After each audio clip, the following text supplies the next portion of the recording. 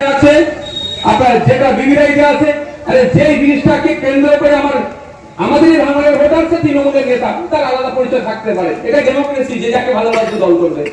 তাহলে কাউকে ভালো লাগে সে বিজেপি করে, কাউকে ভালো লাগে সে কংগ্রেস করে, কাউকে ভালো লাগে সে সিপিএম করে, কাউকে ভালো লাগে তৃণমূল করে, কাউকে ভালো লাগে আইএসএফ করে, আরো রাজনৈতিক দল আছে করবে। কিন্তু যাই যেটাকে কেন্দ্র করে খুন করলো কত সে তো আমার নামে এটা বললে আমার নামে কেস হয়ে যেতে পারে। ওই কাজটা তো আমার জন্যই করছে। আবার তার প্রমাণপত্র দেখেছেন তো কাগজে কলমে। আর ওদের যে লাইভ চলতো আমি বিধানসভায় যখন বলেছিলাম আরো সুবিধা হয়েছে। তো এই যে খালের পার হওয়ার জন্য কোন জায়গায় কাঠের ব্রিজ আছে, তো কোন জায়গায় ব্রিজ গুলো কংক্রিট ছিল নষ্ট হয়ে যাচ্ছে। তো আমি বিধানসভার মধ্যে দাঁড়িয়ে ভাঙড়ের মানুষের সুবিধার্থে আর একটা ব্রিজ এখন সেদিন আসতে খুব ভালো লাগলো, আমাকে নিয়ে আবার উদ্বোধন করা নেই, আমি আমার প্রয়োজন নিয়ে উদ্বোধন করা। আমার দরকার নেই, ভাঙড়ের মানুষ যাচ্ছে আমি খুশি।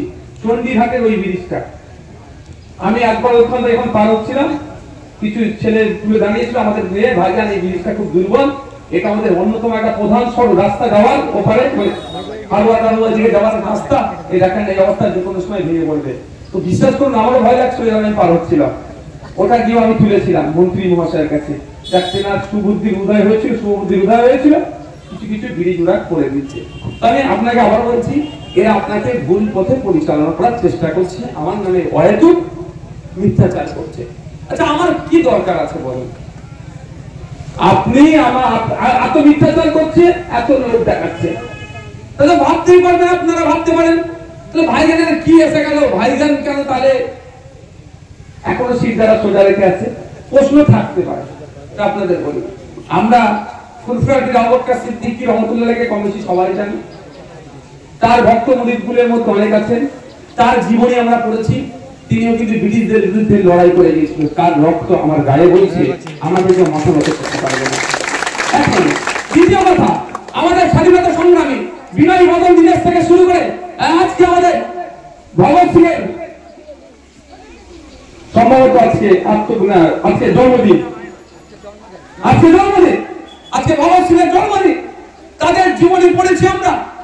তারা ব্রিটিশদের বিরুদ্ধে লড়াই করেছিল, ওই 30-এর কথা তারা পার হয়নি, ব্রিটিশদের বিরুদ্ধে লড়াই করে জীবন উৎসর্গ করেছিল। তার ফলে আজকে এই মাইক নিয়ে বলার ক্ষমতা, স্বাধীনতা আমরা পাচ্ছি। এটা মাথায় রাখবেন, তাদের জীবনে আমরা পড়েছি।